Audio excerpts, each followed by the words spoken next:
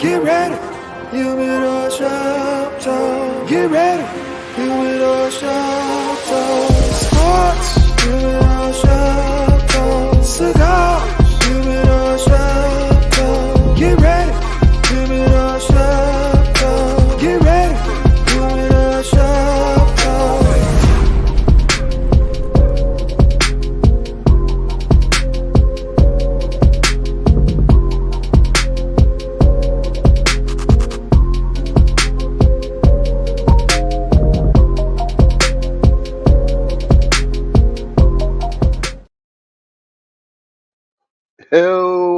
Yo, welcome to this beautiful Saturday morning. Man, you here with the SmokeFellas as we bring you Humidor, Sports, and Cigars by way of Sports Zone, Chicago, man. Man, we've been doing this for 7 years, man. We sit backstage talking about all the different things that we've done. Uh, and we got more to come, especially tonight, but we're gonna get to that. But I want to bring my fellas in because we got so much to talk about. NCAA, NFL, it's on and popping. Sports, how we do it in the cigar lounges, raw, uncut, unfiltered, and giving you our point of view the way we do it. All right, Lefty, come on in. Let's get this party started, man. Good morning, people. What's going on? What's going on? Actually, trying to get all shared to all the groups. All right, we in it now. Yeah, top of the morning, man. Beautiful Saturday. A lot to talk about. Yeah, I know what it is. My bed's been a shit show all week, but I get up anyway just to show y'all I'm bed down. I'm bed down till they tear down, baby. So it don't matter. I'm with it. It's usually 5 Amen. o'clock somewhere, but today it's coffee. Folgers does a body good because it's gonna be a long night tonight, and I want to, I want to make sure I'm good and fresh, man. I'm not all, I'm not all sluggish and all that, man. So, man, let's get to it, man. Let's get to it. Amen. I want everybody that's out there to write that down in your books. Lucky Lefty was in the studio on time, early, not like it was 5 o'clock somewhere. So I'm proud of my man today. But he knew he had to come with it because we missing KDL today and we missing Angry Man. They in Kansas City repping the Smoke Fellas at the KC Bears game this weekend. So man, big ups to our fellas for going down there, finna show them how we do it. But guess what? We got the tribal chief in with us. If you don't know who the tribal chief is, that's our resident DJ DY Nemesis that be bringing you the hits left and right for the smoke fellas. So come on in, DY. Ignore the Yo, belt that's hanging on his chest yo, too. yo, yo. DY Nemesis is now he's in rest mode preparing for this evening. So I had to step in his place. As Ben alluded to, this is your tribal chief. So you can tell got 20 pounds of gold right here above my shoulder that I'm gonna hold on to, until I get ready to give it up. So appreciate everybody for tuning in. Yeah, the tribal chief's got opinion on sports too. So let's get it. Fellas, before we kick it off, this has been the year of 50 for hip hop, for me, Lefty. So I wanted to start it off with a question for you guys. Sean, I got a photo in there because I want you guys, one of these four groups got to go, and I made it difficult for y'all. Real difficult because y'all hip hop heads, Tribal Chief, I know you are because you are resident DJ. So I made this one real difficult. Out of the four, one got to go. Sean, you can jump in here too. Out of the four, one got to go. NWA, Tribe Called Quest, Outkast, and the Wu Tang. Oh man, this ain't fair. Lefty, This ain't Lefty, fair, I'm man. picking you first. Come on, man. You know I Some of don't my make it fair for all y'all. my favorite I don't make groups, it fair for y'all, man. baby. And anybody that's out there, please chime in on All who my you would favorite, take out this group. it's all my favorite groups, man. I don't know. Damn. One got to go, baby. Uh, I hate to say it. I'm just gonna I'll give my reason. I'm gonna go with NWA because they only did one album with Cube, even though 100 Miles and Running was a dope album. Wow. Whoa. Even though 100 Miles and Running was a dope album, but I think if Cube would have stayed with them, they probably would have been the greatest of all time. Wow. Because That's they strong. only did Straight Outta Compton with Cube, so I gotta take them out. Everybody else's catalog is just too strong, man. I get I get how you You get the finesse that logic one. behind it. You I get the got the logic behind logic, it. man. I Yeah, got the logic, man. But damn, DY, resident DJ, wake up for a minute, answer this question. So my initial thought was Outkast. And then, Lucky alluded to the size of the catalog. And even though Outkast does not have an album that's better than the first NWA album, I would probably have to say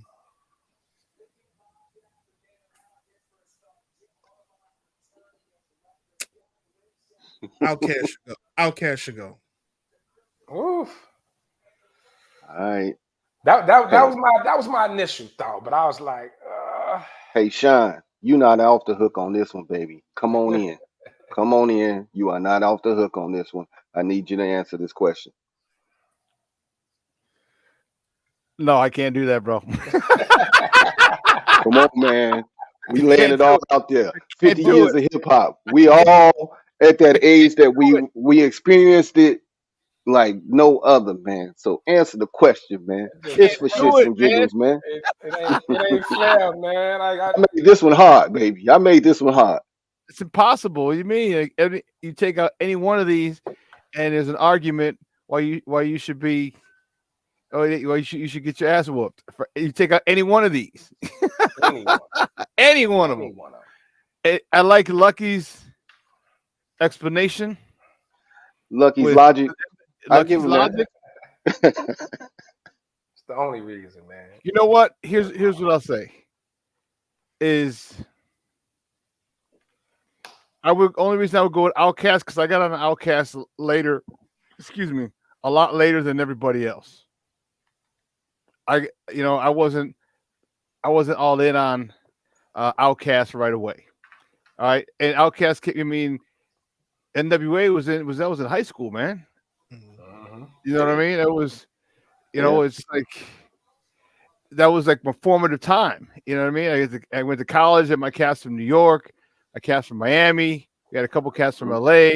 Like that was all we were talking. You know what I mean? Like NWA and Wu Tang. I still bump that first album. That Straight Outta Compton album. And then I still, I went to school with a whole bunch of dudes from New York. You know what I mean? So and I just got on the Outkast late. So because they're the last guys I really got on. Right. Under protest, I will select. Well, you know what? Outkast. Will Wheat, what's up to you out there? He going with Outkast as well. He said they a duo, not a group. I can see your I logic on mean, there, you can say but that about Wu-Tang though, because they were just a bunch of they are solo army. artists. They are army. I mean, they were a bunch of solo artists though. You know what I'm saying? But check it out, man. I'm not gonna give myself a pass, and listen, NWA from the West Coast, they just shocked the world with, man, fuck the police and straight out of I mean, it was just bananas how they shocked the world. The Wu came and just turned hip hop on its head, man, for me. But I was a Tribe Called Quest dude, man. I left my wallet in El Segundo. I gotta get it, get it. You know what I'm saying? So the logical choice for me is Outkast because they came much later in life for me. So that's who I would get rid of. Hey, there is no wrong answer on this one. Like you said, you can get your ass kicked for throwing out any of these groups because they all hot. Yeah, I mean, I had to use the criteria catalog, man, because I really couldn't decide, So NWA catalog's kind of short, though. That's the only reason, man. Trust me, no disrespect to NWA.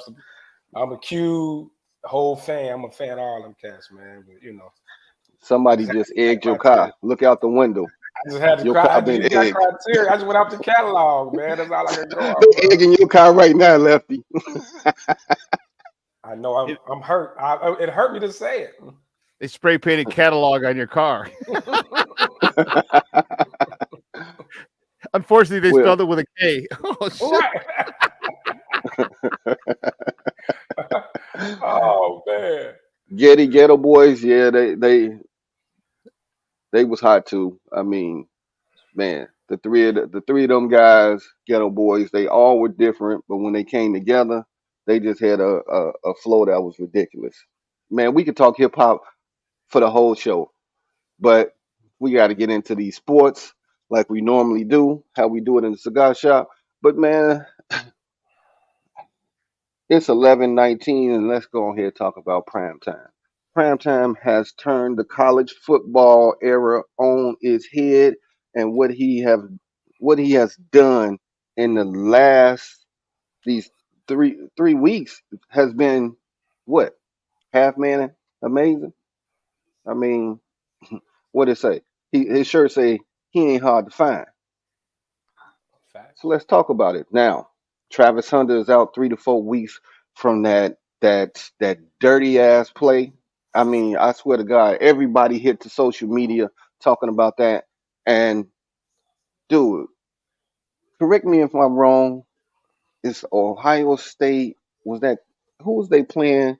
And they threw the guy out in the championship game for targeting. I can't remember who that was, but if this wasn't a case of targeting, hitting Travis Hunter, I don't know what was.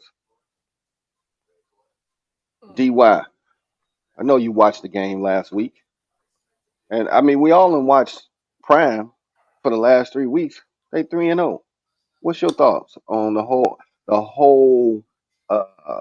Prime time experience so far? Well, first things first, I think you got to give credit to where credit is due, and that's with the players. That's with these kids that's going out there and putting it all on the line.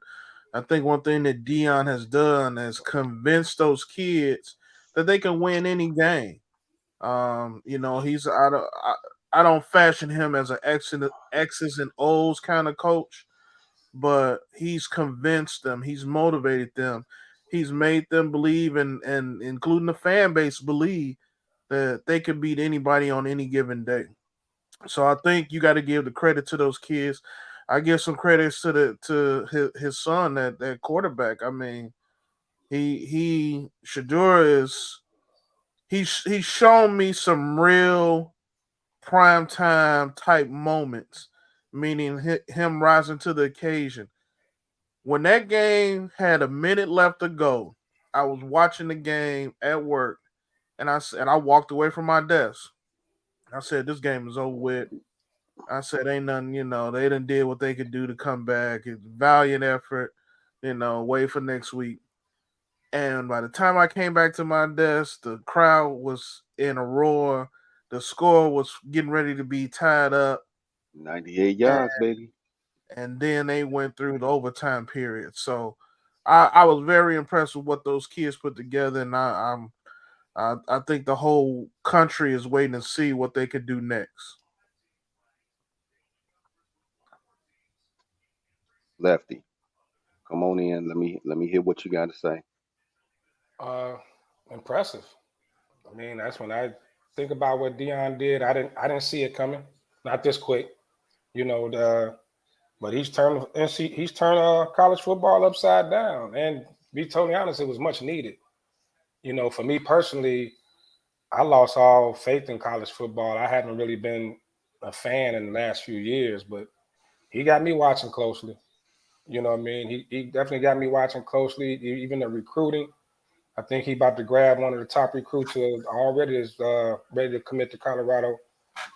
So definitely much needed for college football. Needed some new blood, as they say, a little shot in the ass, just to get the get people back into it real heavy, man. I mean, I'm hearing people talk college football like that has never taught college football. Whether it's I mean, females, males, like, you know, a lot of us NFL people, but man, I mean, it's the talk of, you know, it's the talk of the town, the talk of the shop, the talk of the gym. It's the talk of, you know, everybody want to see what's next. And this is his biggest test. It's definitely his biggest test with Oregon. And oh, Lord behold, I took them to cover the spread. I took Colorado to cover the spread. I thought 21 was too much. I thought that was kind of disrespectful, that 21-point spread. So I took them to cover. I would be happy if they hang with them, but an upset would be even greater, man. I'm pulling for them. You know, it was a few things I didn't like about how Deion, you know, left Jackson State, but then the explanation started coming out, and you know, I wasn't a fan of how he told the other kids to, you know, pack their bags or whatever. But what he's doing, man, if you're not impressed by it, you're just a hater. Well, you didn't go in like KDL did. He Right? went No, not off, to that extent, but but everybody feels you know, that kind of rubs some people the wrong way. However, you know, they don't mention, like I say, it's what, 11 kids that stayed, Mhm. and they are part of that nucleus that is out there balling. Mhm. So those kids didn't have to leave; they could have stayed and competed, like the 11 that did. And I mean, man, but I'm gonna say this, Lefty. Talking about a shot in the arm, it's like a IV after a drunken night. Oh yeah, Colorado has turned into the LA Forum back in the day. man, you see how many It's entertainers and studded. they had Kawhi Leonard weird ass out there. Right. Come on, man. Social media killed him. Was They like, man, he don't even come to his own games, but he at a prime time Colorado game. damn near brought The Rock back to wrestling. They had The Rock Right, last week. Like, right. I man, mean, come it's a on. whole show, man. And let's be totally College honest, game day. Colorado hasn't been relevant since Cordell Stewart and Rashawn Salam.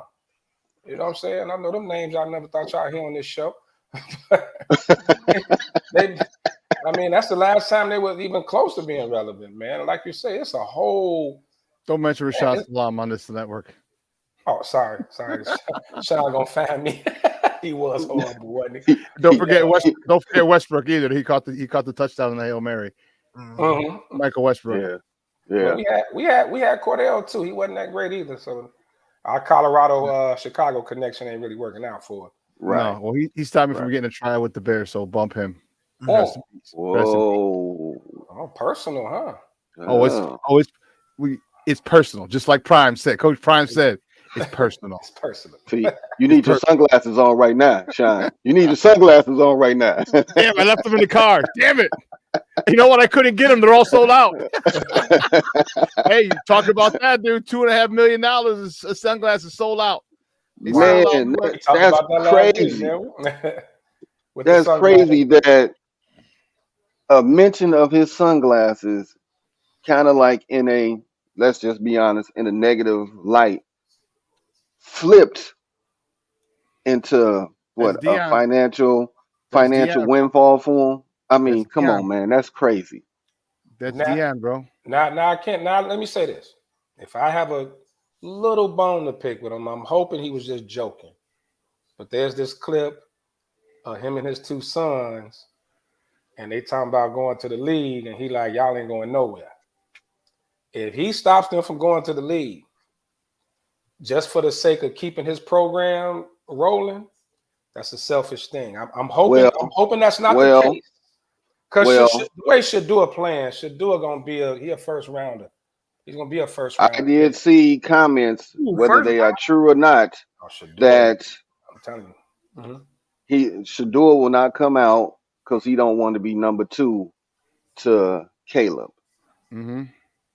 And he's like, my son, he's not a number 2, he a number 1. And I mean, that's that primetime talk to sell your kids, pub them out there. That's you real know what I'm saying? selfish because this football, you one hit No, away. you know what it is? He knows. I don't think he realized his son might not be ready. And so, That's what he don't want to say that. So he's Right. gonna So put. He gonna give you the smoke and mirrors. totally understand that. I would Yep. totally understand that. yeah, He so giving just you the hide smoke behind and that. mirrors. Yeah, but that's Prime. You know what I mean? That's Prime, and that's what he does. That's what he does best. That's what he does. So, you know, But if this kid rises to a projected first round, you know football, Sean. I mean, It can you go out change. you go out there next year and tear your knee up or something, man, or even just have a bad year. Who was that a couple years ago? The quarterback, he was projected a top first round pick. He went back and ended up going in the third round. Damn it. His last year, I'll think of it when I find it. But he was projected to, if he'd have came out the year he was projected to, he was a first rounder. He came back, and I think his senior year he struggled. Well, And he didn't Lefty, even try. we could say that about a lot of cats in sports, period, where they opted to go back to school or stay, and it didn't work out for them the next following year. I mean, man, that's a roll of the dice. That's that I'm betting on myself, Mm-hmm. or I'm the king in the college world, so I'm gonna be the king for one more year, and it don't pan out for you, and Right, now but your stock drop. and don't let these NIL deals keep you from your dreams. I mean, like I see Shador in Wendy's commercial already. I see cats 5 million, getting bro. money. That He making I five see. million now. I see cats getting money, but we know the goal is the NFL, is to Right. get to the league. Don't let it. You gonna make that money and then some at that level. So Hmm. I would hate to see a kid just with an NIL deal stay a year too long and they start and they stock drop. That's all. And Right. I don't think you're gonna see that from him anyway. The kid come from money, Bingo. That's not the motivating factor for the Sanders children. The motivating factor, I think, it is going to the league. It is proving themselves. They are top pedigree, and it's somewhat of a rarity. In football, you don't always have. Uh, or maybe, I'll say this: I think maybe in football more frequently than in any other sport do you have pedigree generations of players that kind of pass the torch down. Yeah. Whether they're great or not, they still can go to the league and be something. So, but I think like I said earlier, he's shown me a little bit more than just arm strength and that talent. He's shown me some prowess. He's shown me his ability to kind of look. Uh, uh, To lead his team. He's a yeah, leader. Yeah. Yeah. yeah, I They're mean, mocking what he they're was the only mocking one. what He you're was the only talking one that about. ran over there on the hit. What up, Tree? He ran up on Big Boy. On the hit yeah. on Travis Hunter. He Oh ran up yeah, like yeah, yeah. It's like, man, that's my man's. That's You one of Yeah. know. the you don't see quarterbacks do that. That's usually a big old No. lineman or somebody do that. Yeah, Yeah. yeah. Yeah. So the kid got some heart. DY, you said, uh, that you talked about the pedigree in the NFL. You starting to see it a lot. I think that relates to the players that we came up watching. You know, all of them shot the club up around the same time. So now they all got kids that's in college. You know what I'm saying? They was Well, all at them parties right, shooting the club up. but you know what, DY absolutely right. I think it's more. I would say football and baseball is a close second. Mm, With pedigree, because you look at the Mannings in football, the Mannings, the Matthews, hell, the Longs, mm. it's been a lot of them, man. So Hey, and it's man and crazy part is not that many like African Americans, not that many blacks. So Dion's about to start some. Let's get right. to it. You seeing the Rices, the Mm-hmm. Harrisons, you starting to see them start to, make a name for themselves. And it's for me, it's great. I mean, Again, you look at say if Marvin Jeff Harrison George was the Jr. number one pick, anything is possible in the draft. Yeah, right, that's true. Look at Marvin Harrison Jr. That's Right. legacy. You know what I'm saying? He definitely gonna be the first receiver off the board. Mm. Yeah. So I mean, So it's real in football I right don't know if now. his old man gonna be out of jail in time to see it. But is he out? Come on, man. Is Marvin out? Come on, man. Shout Come out to on. Marvin Harrison. You Come know on, what I'm saying? man. Be easy Like out there. as we say, raw, uncut, How we doing in the cigar shop, Marvin, man? Statesville, Shout out to the Harrison Senior. state pen. All the COs out there. Let Marvin stay up a little longer and watch his son play tonight, man. He'd be all right. Come on, man. Let him get in the entertainment room instead of on lockdown. Yeah, you know what I'm saying? He out there like the longest yard trying to teach people how to play football. I was just about to say that's why I chimed in. Hey, you know, I used to be a quarterback in high school, right, Marv? I used to be a quarterback. Oh man. Check my arm out. Check my arm out. Let me see what you think. Come Let me see on. what you think. You know what, man? All the reasons I came in, Lucky. It was actually just on the other day. Longest yard. At this moment, the show was left. We just went left. Oh, man. We're lefty. Right, there you go. First left turn. Right. First left turn of the show. Hey, man, somebody got to take slide plays. You know, slide usually TMZ. Slide usually TMZ. You know what I'm saying? Man, come on, man. Oh, man, out of jail, man. Free Mark. The longest yard. Y'all crazy, man. Hey, all right, man. It's time to get to the shit show. I'm so glad that KDL 33 is not on the show this week because he would have gone in from start to finish. He would have been like, hey, let me go first. Let me go first. No, the shit show that has been going on in the Shy. Before I even get started, Sean, you got a clip of the press conference, right? Let's get that going so we can kind of see where the shit show kind of started in the week. And then we'll get into theft and all that other that I didn't like. I felt like good stuff. I wasn't necessarily playing my game.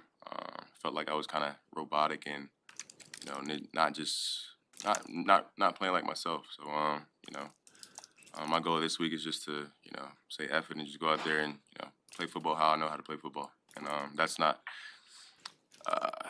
that includes thinking less and just going out there and playing off of instincts rather than just of so much, so to say, info in my head, data in my head, and literally just going out there playing football. What do you think was causing you to think so much, maybe think too much?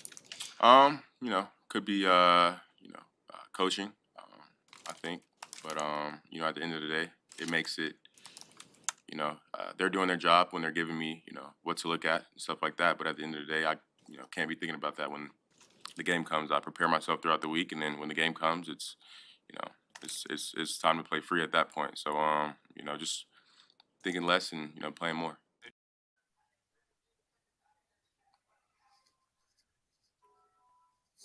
Oh, boy. Well, that's where the shit show started this week. And I'm just gonna go ahead so we can keep it all rolling and we talk about everything. 100 grand in contractor equipment was stolen from the stadium. We got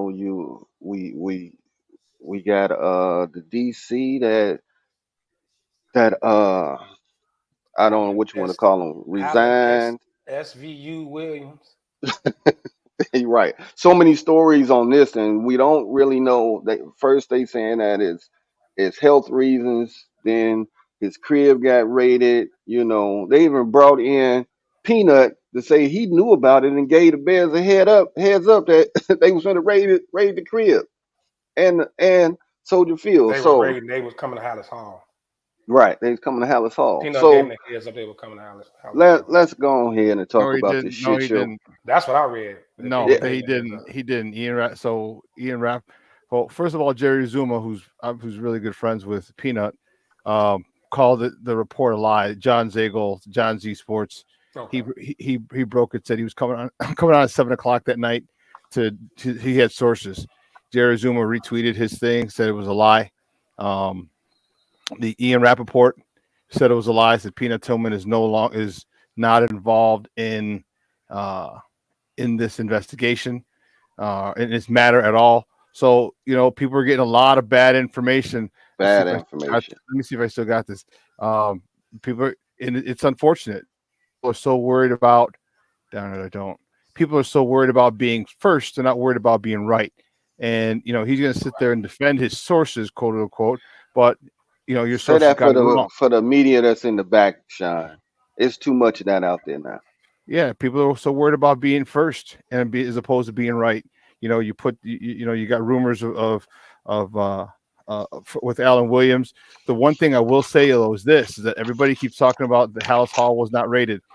The Bears came out to the media and told them Hallis Hall was not rated. Hallis Hall was not rated. Fine, but there's still no confirmation as to whether or not Alan Williams' house was rated. Hmm. So they're talking about they're staying away. They are literally wrapping it up and putting it to the side. Alan Williams to the side. And the thing that was cryptic about it, and this is what really gives me a cause for concern, is that they gave him no well wishes. If he's going for health reasons and to be with my family, all they said was defensive coordinator Alan Williams tenders his resignation today. Period. That's it. Not thank you for all you did for us. We wish you well. We hope everything works out. Nothing. There's something rotten. There's something rotten in Denmark, man, and we're gonna find out what it is. Sean, where there's smoke, there's fire. I thought they were the fellas. Oh, sorry. Right. Not this particular time. But you know, like everything adds up is that it's something pretty embarrassing. And usually when they season computers and all that, whatever, however they said it, whether they confirmed it or not, nobody has denied that. But I think raid was the wrong word to use for Hallis Hall. Like maybe they seized some of his, his iPad and all that. So that usually relates to some weird online stuff going on, and more than likely it's kids. Pat McAfee put it out there. I mean, let's say what it is, some child pornography stuff. Nobody said nothing about no Jerry Sandusky type shit, but it was more like, and like you said, for them to not make a statement as far as, we wish him the best or anything like that. Good luck. Nothing. Yeah, it was nothing. And they, so but what they didn't say said a lot. Mm-hmm. Said a lot. Silence so says a lot. Let me ask all y'all this. Is this a reflection? And I don't know. Is this a reflection? I'm not gonna say on the new president. What's Kevin? What's the new president? Kevin Warren. Kevin Warren. I'm not gonna say him because Warren came in kind of late. But is this a direct reflection on polls?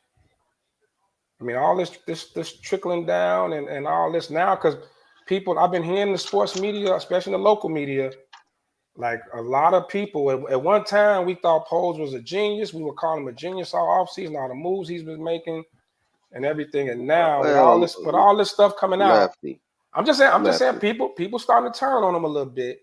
Of course. That's what y'all think. Sean, I know you're in the media now, but some of the media is like Turncoat Records. They'll turn on you at the drop of a hat. But I don't think that you can put the DC on polls, because if this was some type of, SVU type shiggity that was going on with him, they could have that's been going on for years and ain't nobody know. No, but this blame game for what usually doesn't happen usually rolls downhill. This is rolling uphill because they putting it on. I've been hearing Eberflus getting called out.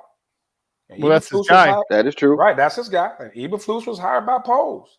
Yeah, but and that was Eberflus's guy is Williams, because he spent his entire when he was in Indianapolis. Right. Williams was his dude. I don't think. Here's the one thing, and some people are just gonna say clean house completely, which I understand that logic. All right, I get it. But let's be honest. We all have parts of our lives that nobody knows about. Right. We all have stuff in our lives that nobody sees and nobody ever finds out and has no clue about. And if this is one part of Williams' life, you best believe he hit it to the best of his ability. You know what I'm saying? So he's not, and that's definitely not one of the things that you're going to go and tell your coaching colleagues. Right. You know what I mean? Like, check out the site. No, it's not. So he had a vice. He had, if that's the case, let me make that premise. If that's the case, that's a sick one, but nonetheless, he hit it very well from everybody. He had to, because of the repercussions that would happen Consequences from it, yeah. if found out. So, you know, I see where people might say, hey, Paul Eberflus has got to go. That's his guy. But again, you know, But you know what? you don't. I think it's all in the press conference, man. When things happen, I know you're trying to deflect it and hide some things. Sometimes you got to fall on the sword and say, you know what? We knew nothing about this. We're handling the situation. You know, it's being investigated, and he is no longer part of the organization. Boom, kill it. Now we're moving on. Well, they said that without saying that. Right. Exactly. It literally said that without saying Right. that. When everyone I got no update. Well, don't forget, this was the first shit show. Like, this happened when Eberflus came out for the press conference. So this happened before Justine Fields. All right. Right. So if you remember the when someone asked about Coach Williams, Eberflus just like, I have no update on that. I have no update. He said it 3 times. I have no update on that. And you can tell he was shaken, like annoyed with it, pissy about it. So that actually happened first when he handed in his resignation. Then the Justine Fields thing. Then Justine Fields went back. Justine Fields called the media back because the one thing that media does, and this really bothers me, this is one of the reasons I got into this shit, is they'll take one clip. So they say Justine Fields, when asked about bad play, they put quotation marks, ... coaching, quotes, close quotes. So what does it make it seem like? He's throwing his coaches under the bus, and he wasn't throwing his coaches under the bus. What he's saying is what they were. It's the Allen Iverson move. Thing, what they're saying is like what they're trying to do. They were trying to work on him being in the pocket more. So, and you remember me telling you? Remember me telling you that Justin I described him as a good soldier. You remember me telling you that? He'll do, yes, sir, yes, sir, yes, coach, yes, sir, yes, sir. Yes, you know what? And do whatever the coach asks. So when they're telling him, working on him, staying in the pocket and winning from there, he's going against his natural instincts to bounce and leave. And he's like, they want me to win from here. They want me to win from here. How similar is this from 2019 and Mitch Trubisky? Same shit. Mitch, you got to win from the pocket. Mitch, you got to win from the pocket. Mitch, you got to win from the pocket. And he had, how many times did we see Mitch had 8 yards to get? There's nobody within 12, 14 yards. He's still in the pocket. Remember? Mitch is holding the ball too long. Mitch is holding the ball too long. Very similar to that. So Justin's got to get a little bit of that asshole in him, because if you think about any great player, great quarterback, they have it. They have it. And he's got to say, hey, bump this. I can't stay in the pocket. It's getting too hot. I got to bounce. And he's got to tell the coaches, move the pocket. Get me out on the edge. Give me some quarterback runs. Give me on the edge so I go high to low, cut the field in half, high to low. If nothing's open, I'm gone. But to take one of the most explosive players in the NFL last year, to take him out, literally cut him off at the knees, is counterproductive. If you have to win like this again this year, cool. But you won't have to, because what's going to happen? Once he starts running, they're going to start doing what they did before. He didn't have DJ Moore last year. All right? Cole Kmet was coming into his own last year. Cole Kmet's here now. Cole Kmet is in. Darnell Mooney, he's in. Dude, he's got weapons now. So now the thing that Justin's got to do, as Coach Getsy said, he's got to trust his people. Throw it up. Throw it up to DJ Moore. When somebody's in conflict, there's a linebacker. Should he come up to chase me, or should he fall back? Make sure you find DJ Moore. Make sure you find a tight end behind him. Make sure you find Darnell Mooney. Make sure you find Tyler Scott when he gets in there. Use your weapons now, because once you start using the weapons, you start hitting people behind. Now defenses are really screwed when you get on the edge. Yeah, but the question I just have about it, if he's having a hard time, I don't think they're actually telling him don't scramble or don't leave pocket. Maybe they aren't using the design run plays as much, but I don't know. It's still, to me, the whole thing all last year, he doesn't have any weapons. Doesn't have any weapons, right? You go out, you get him weapons. Then all we hear in camp, hi, this is his offense, and this is this, and this is that. The fact that when they went out there, to me, if Justin Fields, whether you're a good soldier or not, if you felt like you needed more work as far as, with whatever they changed within you, then to me, if you're the franchise guy, you the dude, you don't have no short leash, you ain't going nowhere no time soon. You go to your coaches and say, hey, I need more reps in preseason. Give me some more reps. I'm still not comfortable, with certain things, but don't wait until two shitty regular season games, and then come out with all this. I'm thinking too much. I'm this. I'm that. You had all off season, fam. Like to me, I'm cheering for Justin all the way. Hey, And Lefty. I, honestly, and wait a minute, hold on. Honestly, and I want the Getsy thing to work because I think the worst thing that could happen is to bring a third offensive coordinator in 4 years. I think that's a recipe for disaster with Jay quarterbacks. Cutler. Yeah, which is why I hated the Eberflus hire, because you needed a coach that was going to be here to really develop him, right? Somebody who knows going to be here. So I think that's the worst case scenario is for this Getsy Fields thing not to work, because it's now he's going to have to learn another system, and that's But going to not be only another him, the the whole whole offense. offense. The whole And that's offense got to another year learn. or two of mediocrity until they get it. So But Stevie Wonder can see that he's, thinking too much and uncomfortable right now. and to be totally The honest, question now is, how I've do been we, how do you fix that? Does he just need to say, it's you mental. know, It's mental. right? It's Was he all in his mental. mind? He just say, "F it, I'm just gonna go out there and play. Stop thinking. Let me just do what I've been doing Do the Mike Vick all my one life." one read, it ain't their run. Damn it, that's what Mike Vick did to begin his career. One read, it ain't there. I'm taking off because he gonna have to until he can get this. Now I want to say one more thing before I let DY jump in on it. I think a part of the issue with Getsy is like he sees what we don't see. He's with Justin every day, and I think he's connected with him enough. I think a lot of the reason he called those screens that deep and that on my last play, on those last them 3 straight screens, I don't think he trusted Justin to drop back in the end zone and go through his reads and not take a sack or not do something crazy. I think he tried to play it safe to protect Justin because there's no way you call 3 straight screens unless you really not feeling the situation with the QB. Because Justin didn't look comfortable all game. He looked totally uncomfortable the whole game. Except for the first Lefty, drive. Except for the you first drive. you Yeah, except for the drive. He just looked uncomfortable.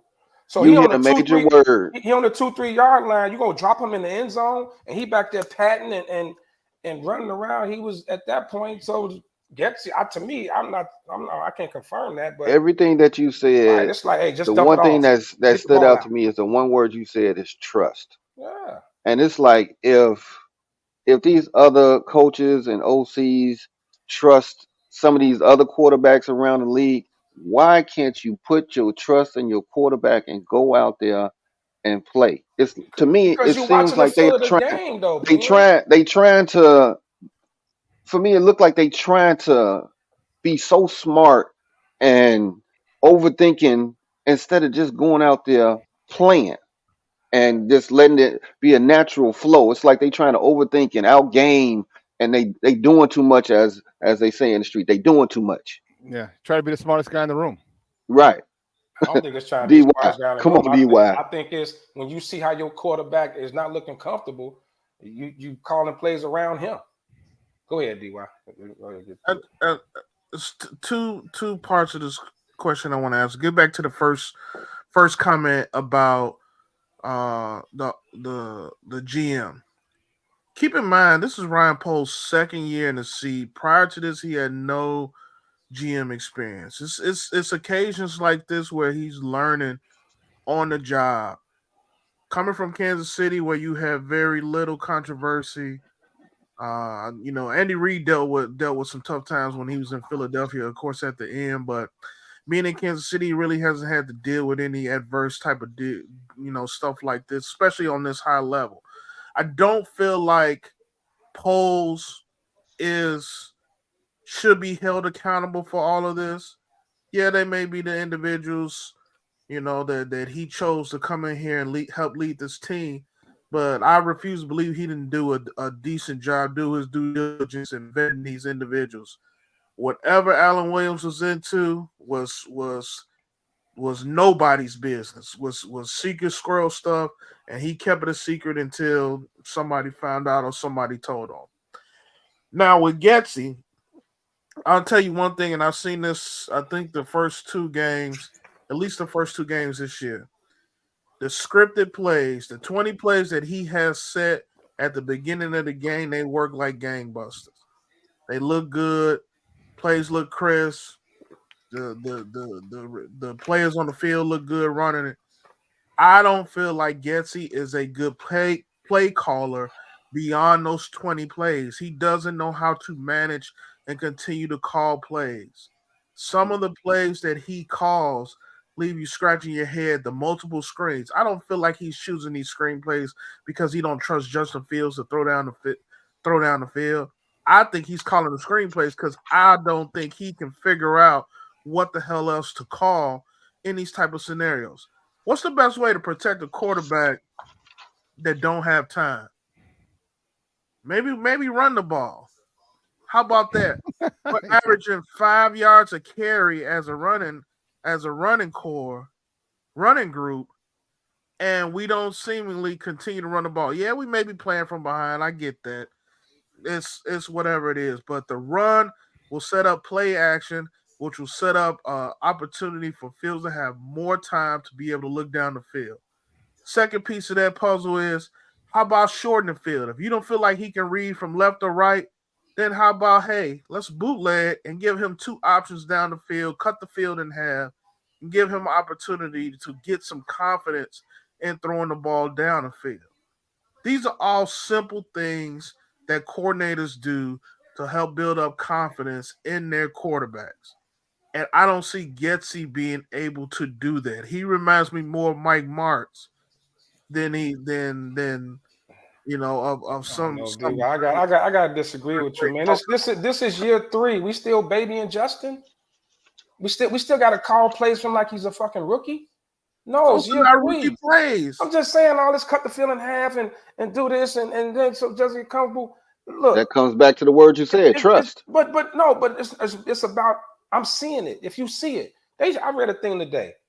80% of Fields' sacks in his career was with him holding the ball more than 4 seconds.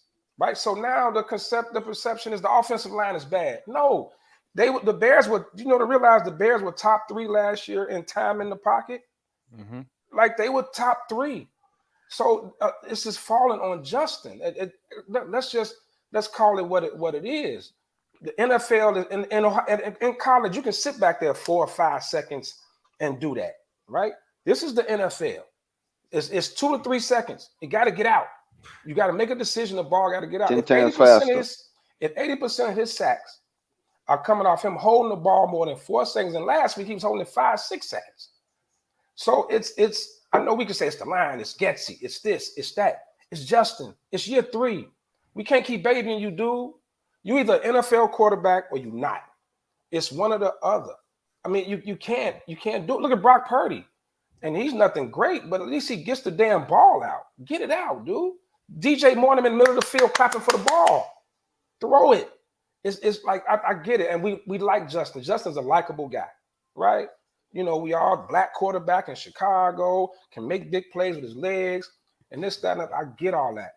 But at some point, you got to be an NFL quarterback. If you're going to lead this franchise, you have to be an NFL quarterback, not some big play guy that we get to cheer on an 80-yard run, but you can't throw a damn 10 and out. So it has to go on. And I hear this overcoaching, this, that, and other. One of the things that Sean, correct me if I'm wrong, because one of my buddies is a coach, said when you have accuracy issues, the first thing they work on is your footwork. Am I right? This is what he told me. So if they were working on his footwork, Justin does have some accuracy issues at times. We've seen it. So if they're trying to help him or get him to, just little quick fixes, he got to be a student, man. Like we got to hold Justin accountable. It's time to be an NFL quarterback. It's year 3, dude. That's it. I get the whole acumen about the accuracy. But how do you fix blatantly not hitting the open man? And like I said, Stevie wanted to see that this guy is wide open. Throw the damn ball. And we can't keep dumbing down the offense for Justin. I know you coach to his strengths. I get it. But some things he has to be able to do. They changed. What was the New England game last year? Week 6, something like that, 7. 6 or 7. When they changed the whole offense for Justin, right? When they start calling design runs and all that. You think they wanted to do that? They had to do that, right? So now coming to this season, they say, okay. So they're gonna wait till week 6 again? No, so now come this season, you say, okay, let's mix it. Let's mix some of what we did last year with some, some other stuff because we have weapons and things now. Justin got to get it, dude, and I'm pulling for him. Trust me, but he has to I'm get not it. suggesting.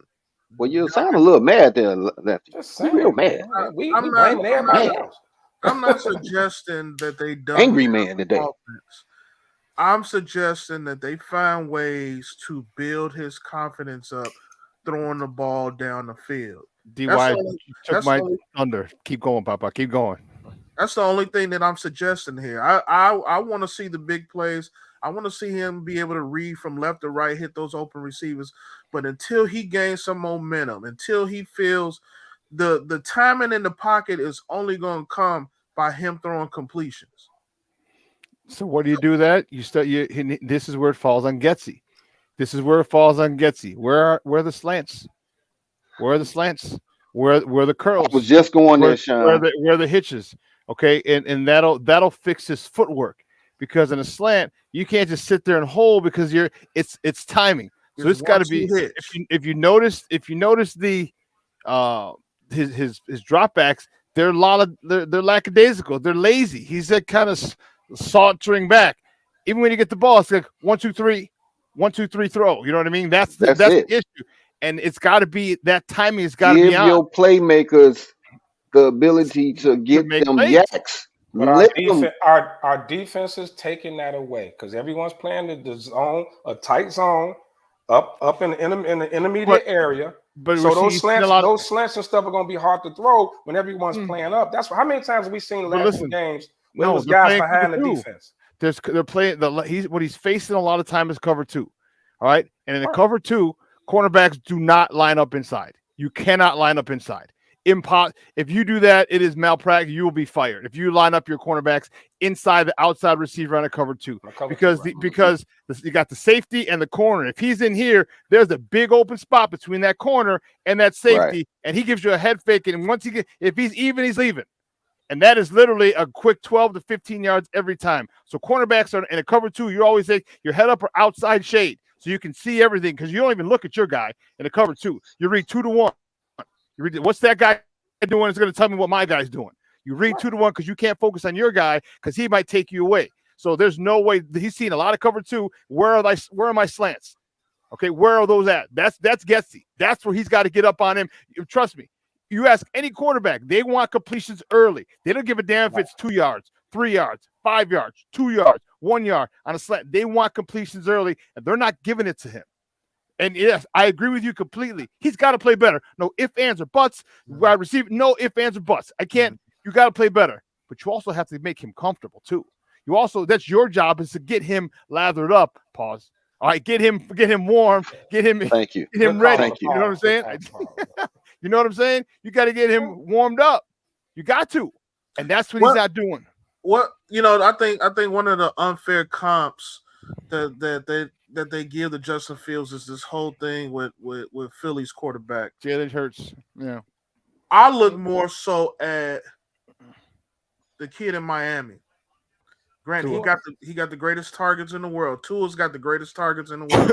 But what did Glad you brought that up. What did they do for him as far as the offense is concerned? We saw when you watched the game with Miami and New England this past week. You saw how quickly he was able to get the ball out of his hands. And that's his offensive coordinator, his head coach who's calling the plays that made sure that I'm not going to leave you out here on the island like I did last year so you can get brutalized, beat up, and concussed again. He one concussion away from his career. You know it. 1, 2, 3 hitch. And I don't care what you see, get rid of that ball. Get rid of it. He's not the most accurate passer in the world, but he knows he's got playmakers on the outside, and he knows at worst case scenario, in a lot of instances, he can hand that ball off, and they're calling plays to that effect. The same thing's not happening for Justin. Why have him? If you look at even when he runs play action, the play action doesn't fool anybody. There's no mesh. But don't fool no one because they ain't running the ball. Hey, they ain't running the ball. When you brought up Miami, I've been watching their games this year, and you are spot on. And you know what I compare Miami's offense to is Golden State when they had KD, Clay, and Steph. They were moving them all over. So the defense cannot cannot Right. hone in. They are constantly shifting Tariq, Waddle. They moving them all over, and then you got the running back that is pounding them. I mean, they just constantly moving. So the defense, you watch how they run. They run Tariq from sideline to sideline. And when they snap that ball, he's already kind of in a running motion. So anybody that lines up against him is backpedaling and they dead in the water. And then if they sink off of him, he stop, boom. And now yards after the carry. It's just ridiculous that offense that they got. It is crazy. And it reminds me of how Golden State, when those three was together, you couldn't stop them, no matter how you tried. That's a great. So why That's a can't great we point. get some things of that nature? We got weapons now. You Well, know, well, so Sean, how, you talked about the slants. You know, we need to let the playmakers be able to do what they paid to do. so at what point, like we all play sports, right? And when when you're having them mental hiccups, when your head's just not right, a la Ben Simmons, A or la Chuck Knobloch. Remember Chuck Knobloch? yeah, Couldn't throw like the when ball from you second to first. right, Damn. exactly when you can fool yourself into like and how do you coach out of that? Like we can sit here and say make Justin comfortable and make this. At the end of the day, it's on him. He has to He's get out of his own head, and we can keep simplifying the offense. Yeah, we can go back to the run on first down, run on second down, then try to throw it on third or whatever. And then now we saying it's a dumbed down offense. It's not creative. It's nothing to it. You know, it's to me. I'm just saying for I'm watching a guy in the second year of an offense, right, with more weapons. That's not getting it done. If he's saying like I don't here's what you need to I do. think you can't overcoach, but I think at some point you got to say, hey, it's time to grow up. Get your big boy draws on. Let's get to it. Here's what you do. You let him do what he does best, okay, and then you build off of that.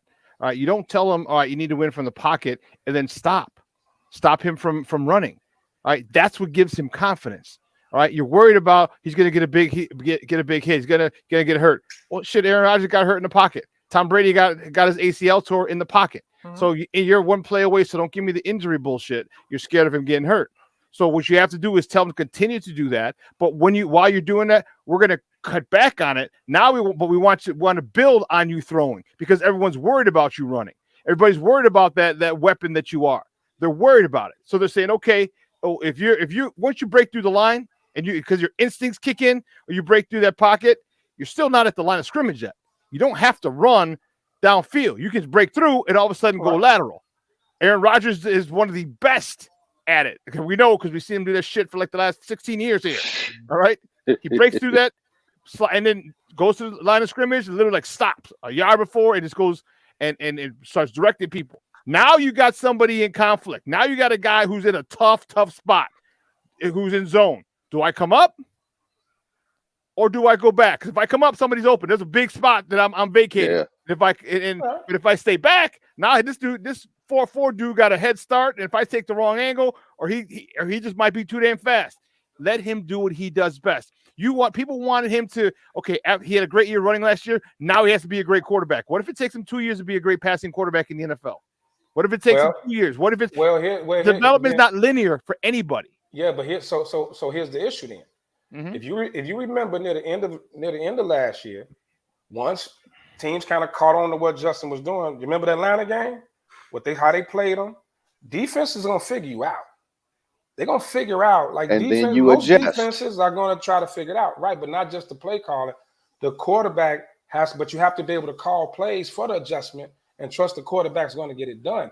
People are going to figure that's where we struggle at adjustments. Right, but if they're game planning to stop Fields from running, then it's going to be shots. You got to try to win a lot of these plays with your arm, with your decision making.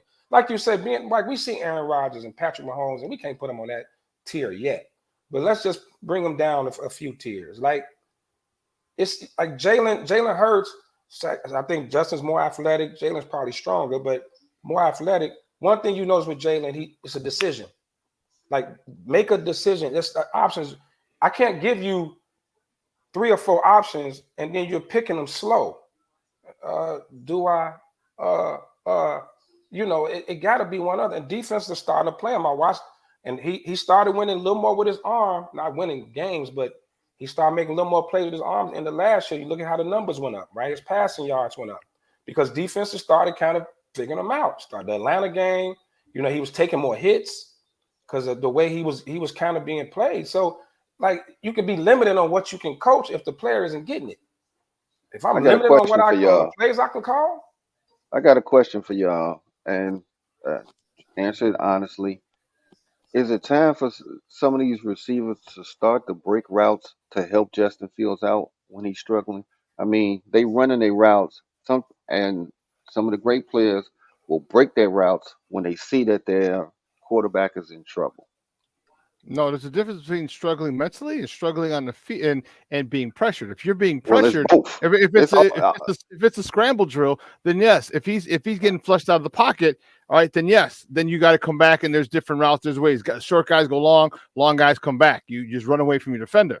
If it's because it's up here, no, you don't break the routes off because now you're screwing with the chemistry of the timing of the actual the concepts and the patterns that are being run. But everyone's forgetting about this offensive line. This 3/4 and actually 4/4 of it might be out on Sunday, but you got weakened positions like the 2 guards, the 2 guards in the center. All 3 are weakened positions. You had Nate Davis who was out. You had Cody Whitehair who was a starting center, but he had to move to left guard because it's Tevin Jenkins. So that's a downgrade. And then you had to put Lucas Patrick at center. That's a downgrade from Cody Whitehair who's now at left guard. So there's a lot of different things at play here. All right. And yes, he has had time. He has, again, I'm not going to let Justin off the hook at all. You got to play better, kid. Okay. But you also got to help him as well. That was a cry for help.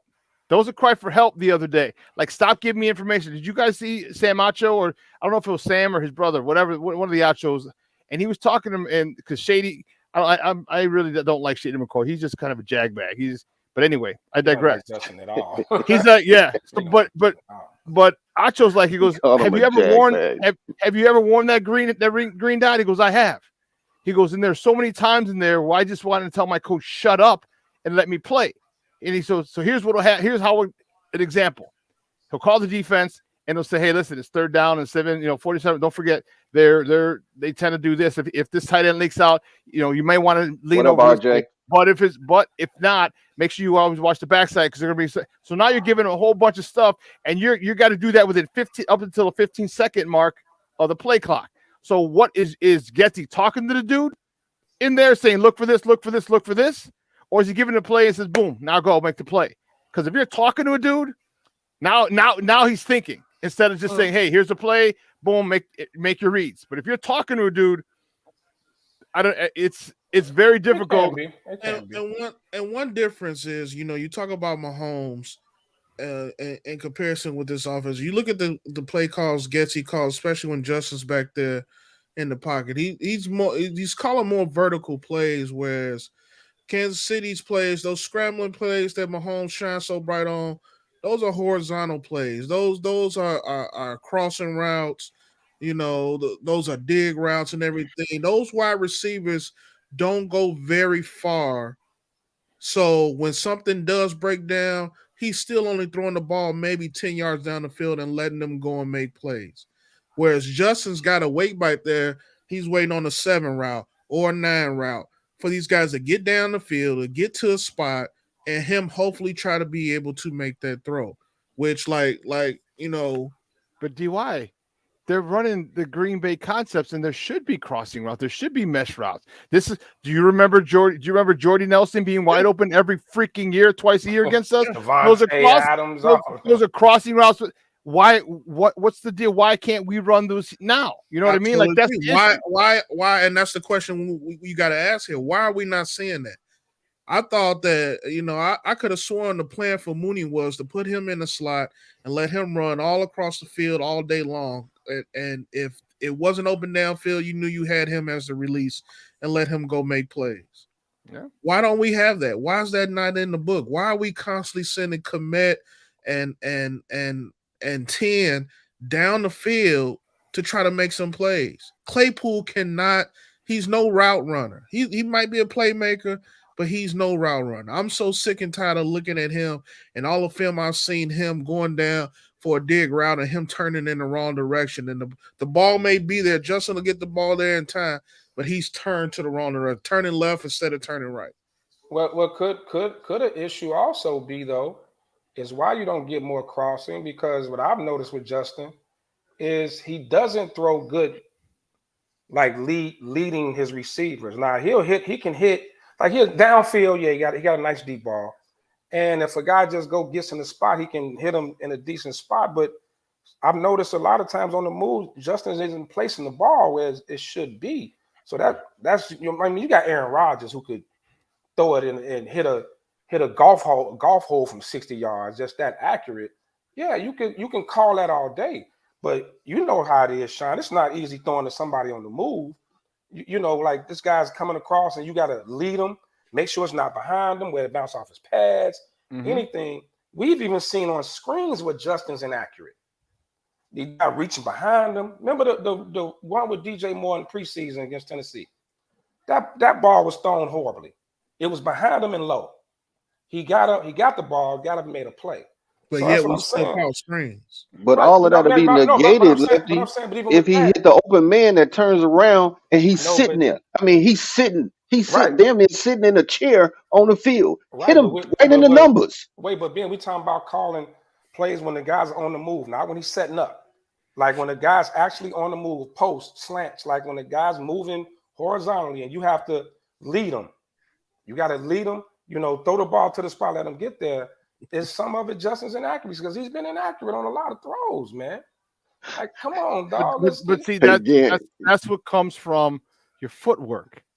All right, that's what comes with lazy footwork. So they blamed it on his, or Orlowski blamed on his footwork. So if you coach it or you allow it. Dan went in on that. Mm-hmm. Coach it or you allow it. And I know you're not coaching lazy footwork, so that means you're allowing it. So Getsy's got a lot of work to do. He's really fumbling the ball. It's unfortunate that he's not as detail oriented as a lot of other offensive coordinators because that would be the first thing. Your footwork. I coached quarterbacks for a few years. Man, and I talked to my guy who's one of the most renowned quarterback coaches in the country now. Midwest, definitely, but in the country. Man, and it's all footwork. It's got to start there, and he is not adamant about having Justine Fields with footwork. You talked about Tua. Footwork, great. All the good quarterbacks, great footwork. Great, and they're solid, the base, everything's timing. And I know Justin knows this, but he's got to have it drilled in his head every single time. The first thing that Luke Getsy should say when they get to Hallis Hall every day is not good morning, is better footwork. Better footwork. Better footwork. Willie Groves, what's up out there, man? But then we gonna say he being overcoached. No, that's not because he's thinking about his feet. Because that's Dan Orlowski. He broke down the whole thing. Look how they changed his footwork and this and this, and this is why he can't do this. No, the change in the footwork is part of it to help him be more accurate. You know what I mean? That's an accuracy thing. But the footwork change that they talking about, you notice Justin in the shotgun, 80% of the time. The footwork is his stance when he's waiting there for the ball. The footwork is not coming from him being under center and doing a 5 to 7 step drop or even a 3-step drop. The footwork comes from what foot is planted when he receives the ball and what he has to do to make that 3-step drop. So my right foot is in front, and instinctively I pull my left foot back once I receive the ball. Automatically I'm at a disadvantage because my body's turned to the left versus switching your foot and the ball is already right here ready to go. So 1, 2, 3, hitch, go. But I thought Justin as his right foot was, they trying to put his left foot forward now, right? Well, whatever they trying to do, But I mean, so because if the wrong foot is forward, you actually turn a 3-step drop into a 4-step drop. Like if you got the right foot, right, when you catch your right foot forward, you catch the ball. If you step back with your left foot and that right foot still ahead, you off base. There should be no step back with the left foot. It should pivot on that left foot, Right. and the right foot should go It back. Be a pivot. So that's why the one got to thing. want the left foot forward. So his first step could be back with the left, and then instead of if he's the other way, it's weird. The issue is this, and if that's one of the issues that they're talking about, then that could be made. Then you work on every single stance. All right, left foot forward. All right, you catch the ball, you pivot on the left foot. Right foot forward. You catch the ball, you pivot on that left foot. The only thing you do with that left foot, you don't step back. You pivot. It doesn't. So it doesn't matter where the hell your right foot. It can be up. But that seems so unnatural. If you doing that and you right-handed, that should be automatic. But it's called muscle memory. So it's not this is what I mentioned. Because he's not detail oriented. You realize if you do that 5 minutes a day, just 5 minutes a day, you get out there, 5 minutes, boom, 5 minutes, right foot forward. All right, you get the ball. You pivot on that left foot, right foot comes back. Left foot forward, the right foot's already back. You just pivot and just jump back with your right foot. Work various stances. But I just don't see how that is not natural for a right-hander to do. I don't either. Because you got some people that are so, and this is sometimes a problem with people that are just overly athletic. They depend more on athleticism than the actual technique. So it happens a lot. I was taught when I played quarterback was that first step is the most important step in a drop. Well, it is. Right? Because don't start being. Your years as a quarterback lasted how long? I'm just saying. It was short. It was short. I went. And it wasn't because you. It wasn't because your football. It wasn't because I was good. Now, it was because of that hit that put you down. No, that happened. But I'm just saying, learning how to do it. That first step, because NFL is fast. The NFL is fast. That's NFL is very fast. On Getsy. And if you trying to square up, trying to take time to square up to throw the ball and all that, you losing time, and that's timing. Like it has to be. It's mechanical. It's like 1, 2, 3, boom. If you stutter and got to twist your body right and all that, you're gonna get sacked. Again, it goes right back to the point of Getsy not being detail oriented. Because when you got here, you watched hours of film on Justin. You watched him on the practice field. Okay, before you even met him, I'm sure you watched hours of film on him.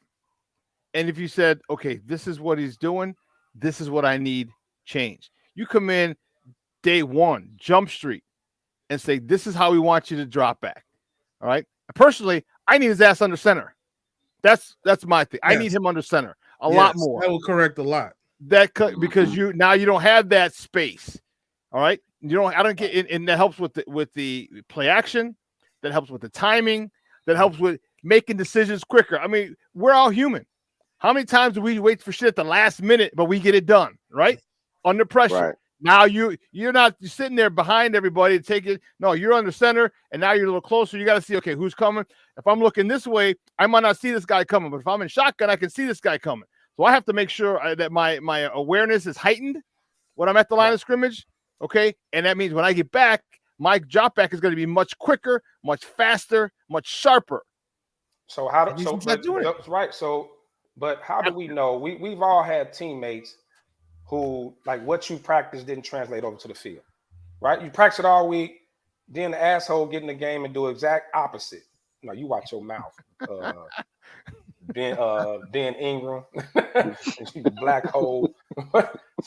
I mean, you practice it all week, and then you get in the game, and it's like a brain fart. Like, hey man, because we really don't know what Getsy is working on him with. We don't have the truth. No one's detailing.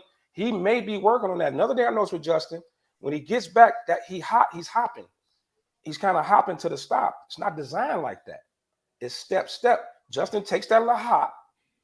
It's a lot of things I'm starting to pay more attention to with him. But we don't know if he may have been working with him all off season. We don't know. Now, We assuming he's just ignoring it.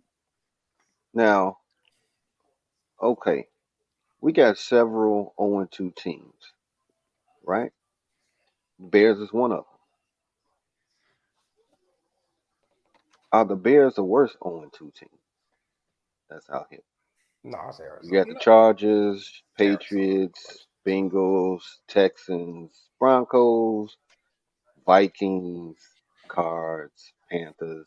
I mean, are they the worst 0-2 team? No, no, not by any measure. You know, the Cardinals are not that good. Carolina's not that good. Right. Texans are not good at all. We unfortunately the meat and potatoes of our schedules at the beginning of the year. So we're gonna struggle through these first 6 games. You got an up and coming Washington team that looks a lot better than anybody I think could expect it. And I think, with the new offensive coordinator and Chico there, you really are kind of on to something. Something could be brewing major in Washington. But us being the worst, no. We may look like the worst team in football because of the dysfunction.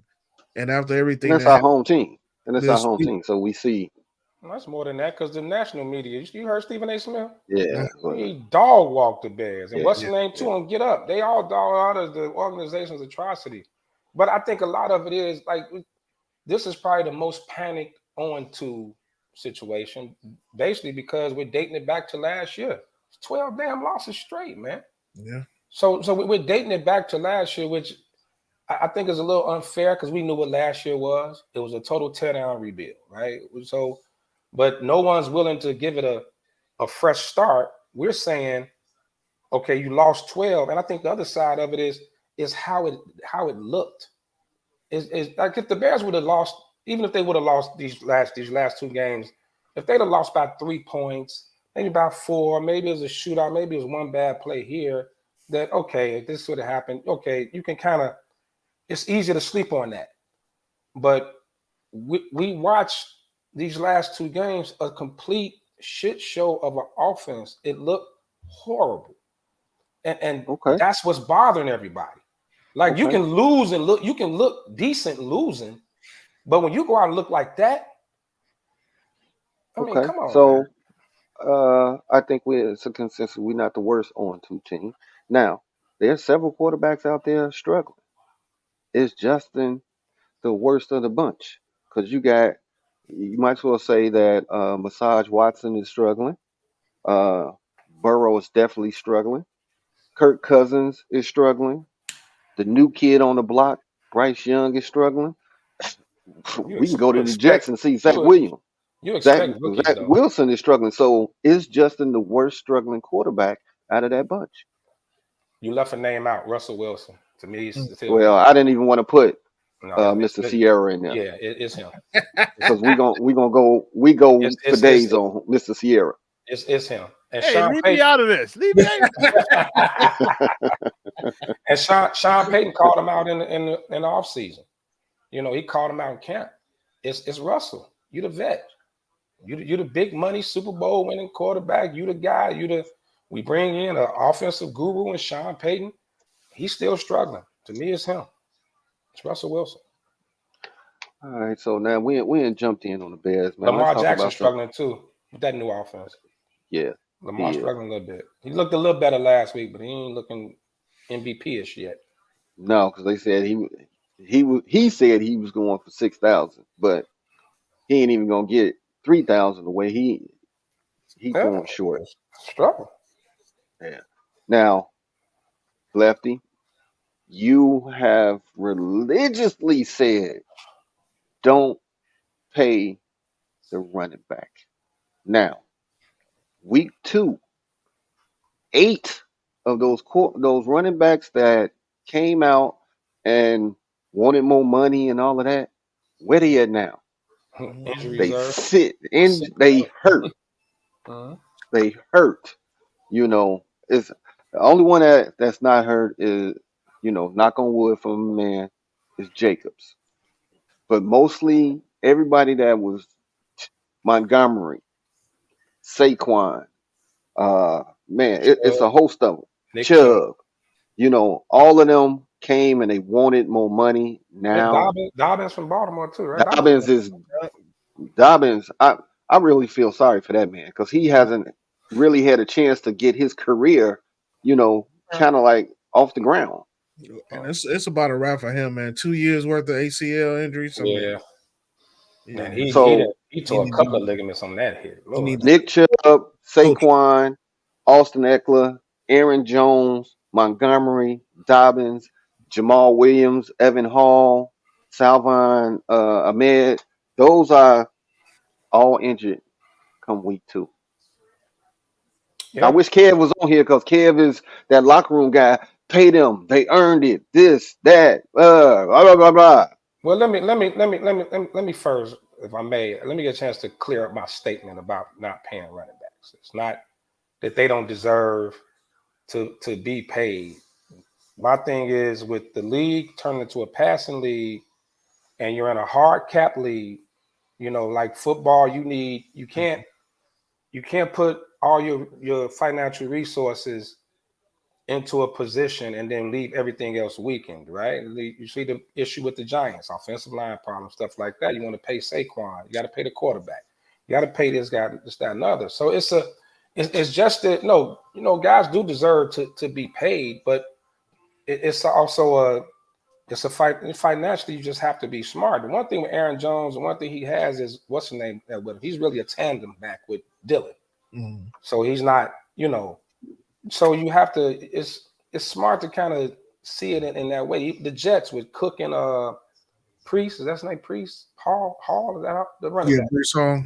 Priest Hall, him and how they look together. They should have ran the ball more against Dallas. That was pathetic. But I'm just saying it's still, so you can't give 13, 14, 15 million to a running back.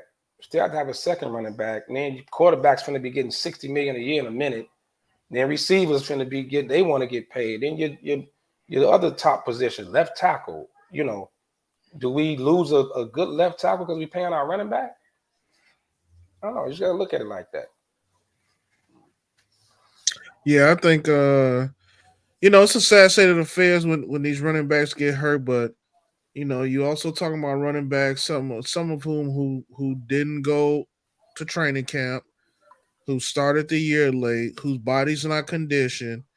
That's always a story for somebody who wants to hold out. It's like, okay, I finally get up in here, and boom, as soon as I get up in here, we playing at full speed. Ain't no OTAs, ain't no summer ball, ain't no training camp.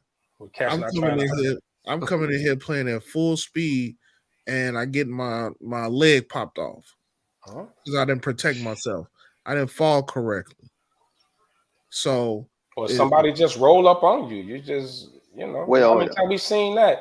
It's been a lot of low cut hits in the first 2 weeks on these running backs and receivers and tight ends.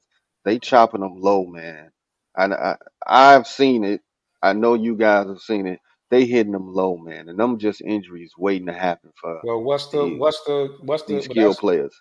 That's called a reaction to an action, right? If you try to hit guys up high, you get muffed in your face down the damn field. So when you get to the second level, I mean, what are you gonna do? You're gonna let it do beast mode you and just push you in the face all down the field, or you gonna hit them low to try to get them down to the ground? You're gonna hit them low. That's also from the helmet to helmet contact too. You don't want to go, and that's 15 yards. You can't put your face mask under somebody's chin anymore. You know what I mean? Like back in the day. So if you get a helmet to helmet, and truth be told, if you're a DB, do you want to go helmet to helmet with a 6'5", 6'7" tight end? You know what I mean? Do you want to go helmet to helmet with a 215, 220 pound running back who's got a head of steam? No, you don't. Yeah, you ever try to catch a train? Like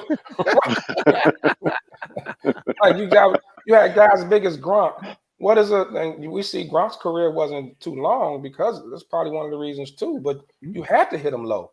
That's why they bringing Travis Kelce back in slow. He didn't play as many snaps as he probably could have because he's banged up and they need him for the long run. And I saw that in KC last week that they kept bringing them in and out. So they Please don't rest his ass tomorrow. Please.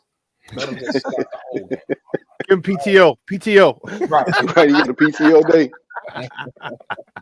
Now I got a question for you cats, man. Game management. Um, Sit him Go down. hang out. Go be a Swifty.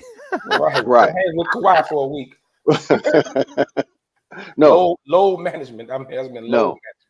How about pull up your FanDuel account management. while you playing us? So you I don't want to have multiple game suspension. Just miss this game. Don't hurt nobody fantasy league now. Just Yeah. You have a lot of fantasy hey, players mad at you, Ben.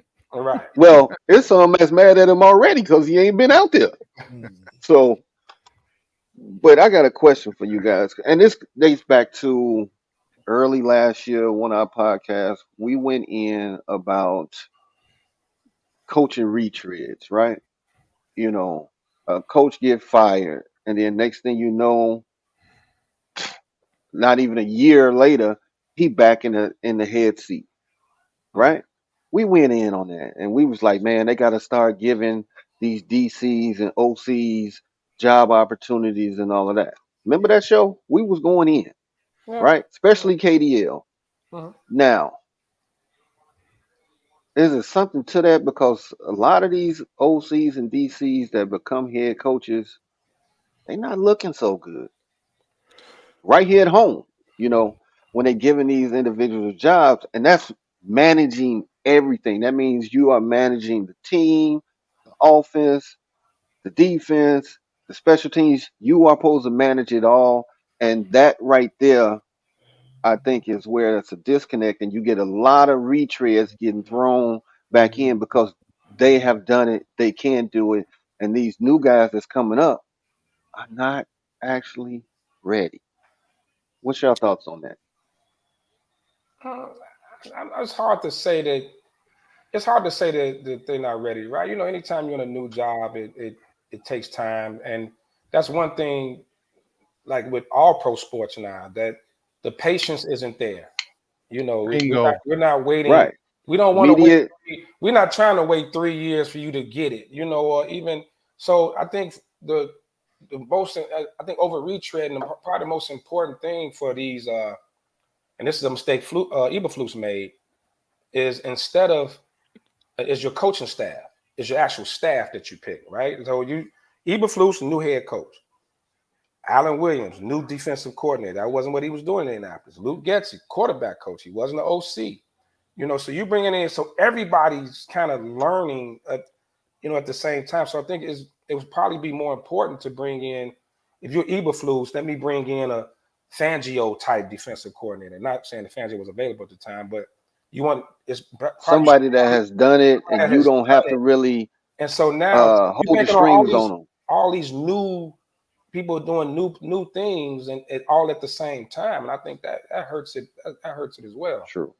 And I challenge that notion of them these young coordinators not faring as well, because let's look at Miami, let's look at San Francisco, let's look at Green Bay, let's look at these coaching trees and where these coaches develop from as offensive coordinators, quarterback coaches, whatever you want to call them, into head coaches.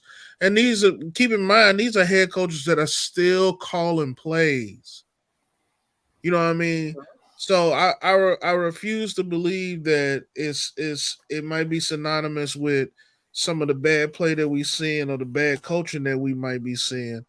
I feel like there is a group of young, talented individuals. We talked for many years over the past few years about Eric Bieniemy, him Super Bowl champ I was multiple finna go there, times. DY. I get all of that, and the rumor mill has already started. Bring Bieniemy to Chicago to fix Justin Fields, but you guys saying you don't want to bring another offense up in here. Okay, I get it, but I can't fathom that these young coordinators may be the cause for some of the things that you might be seeing in the league. I think these young coordinators understand what it takes to win in this league, or at least to have a productive offense, and how to get that out of the players. They know how to choose their personnel.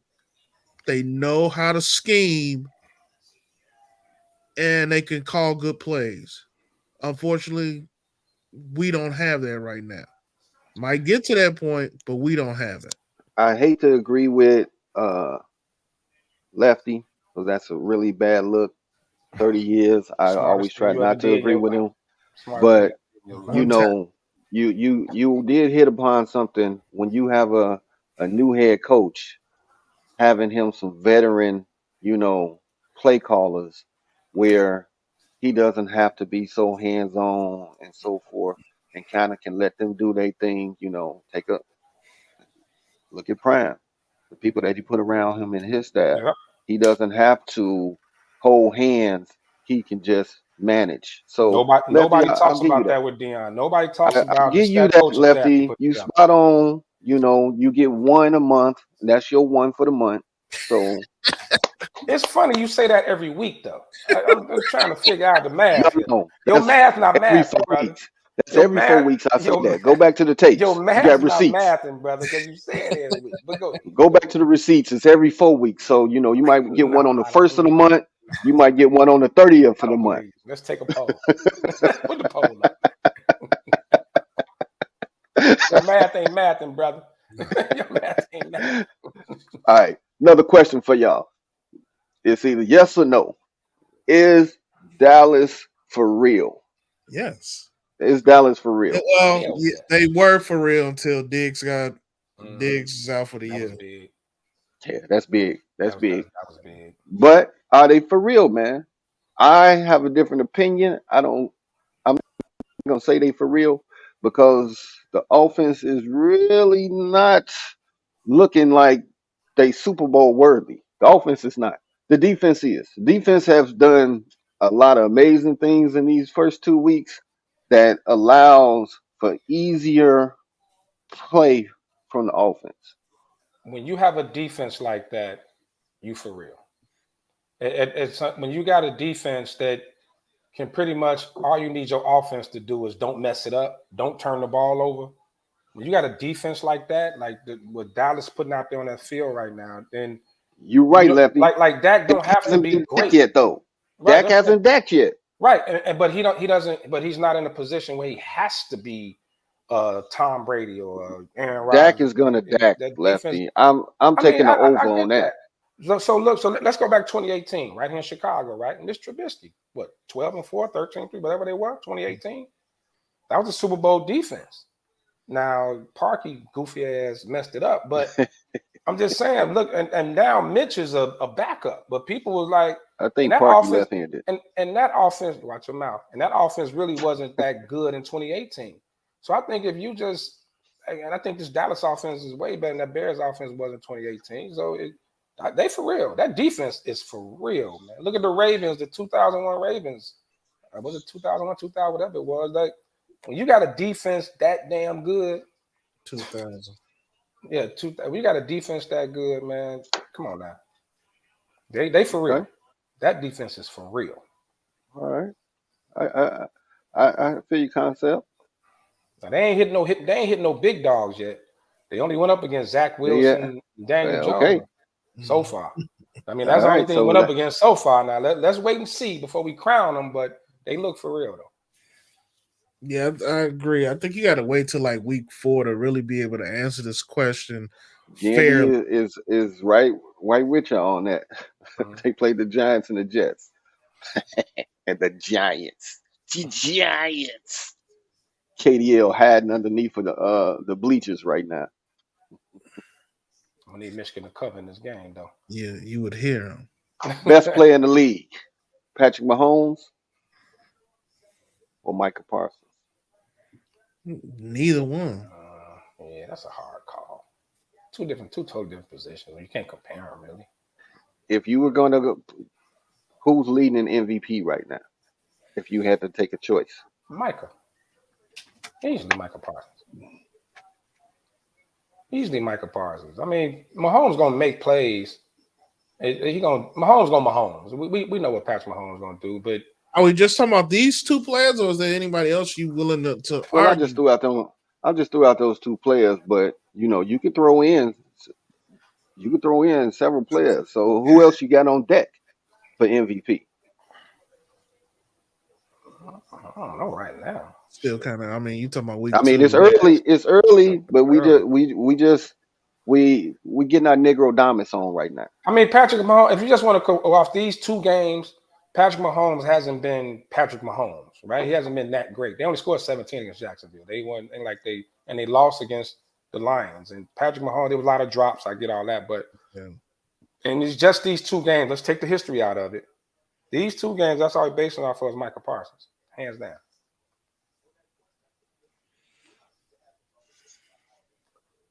Any disagreement there,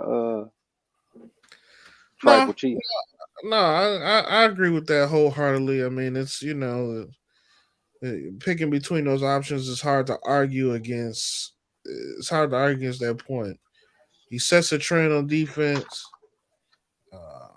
Players play harder because of him.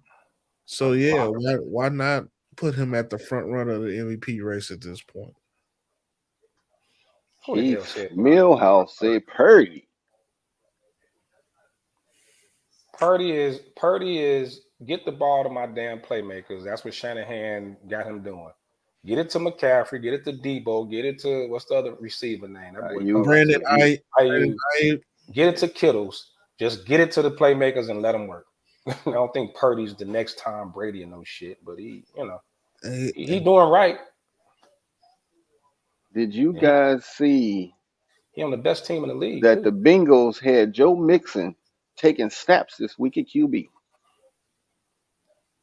And they just signed Alabama's AJ McCarron today. And then that's telling me Joe Cool is not healthy. AJ McCarron, career backup. Yeah. He can come in and throw a couple of 5 and outs, something, just get you hand the ball off. But no, I think that's just telling me Joe Burrow is something really not right with Joe Burrow yet. Brent Musburger still is lusting after his girlfriend, if you remember. Purdy. Facts. Remember, it was AJ McCarron's girlfriend that kept showing pictures, and he was like, "What a love! What a beautiful young woman! What a love!" Like, Brent, relax there, buddy. Chill, Papa, chill. You will hope he wasn't back there getting his Mel Tucker on over the phone in the booth. In the booth. You said over the phone. Mel Tucker getting his Mel Tucker on. I'd like to interview his girlfriend via phone. Actually, via FaceTime. Oh my God! No, that just, to me though, with this Tennessee situation, there's something's not right with Joe. He just all of a sudden didn't forget how to play quarterback. It's either, I know it was that calf, but one thing we know is when you favor one part of the body, it usually puts too much pressure on another part of the body. So he could be having some other issues that they're not putting out there yet. Right. But he doesn't look the same at all. He doesn't look healthy. So and now with them, because I think Chase or somebody said they wouldn't mind seeing him sit for another week or so. Like something's not. He's not healthy. Something's not right.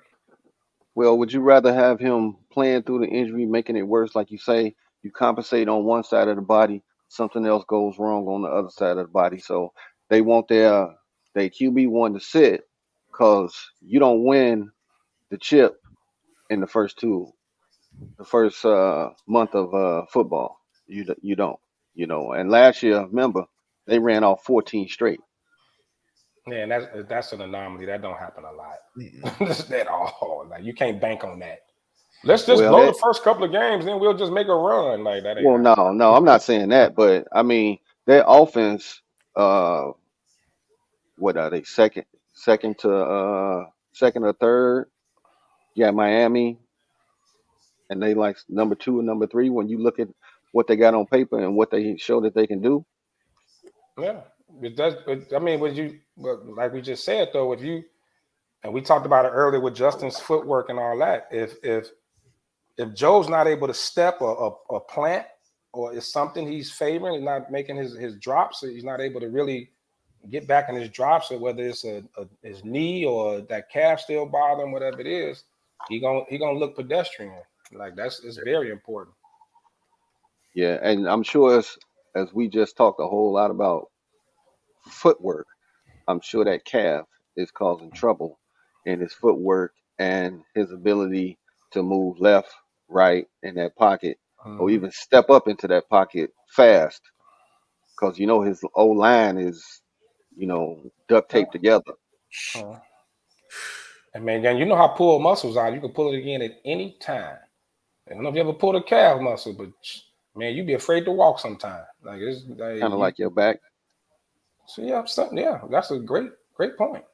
I know you was trying to I'm crack just on me, but I mean, No, yeah, I'm you just right.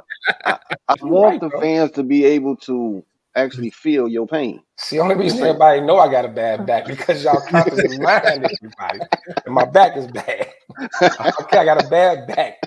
Yes, All I got a right, man. We bad back. we got a couple minutes left in the show, man. We've been rocking and rolling, man. This time goes by so fast with us because, man, we are actually having fun.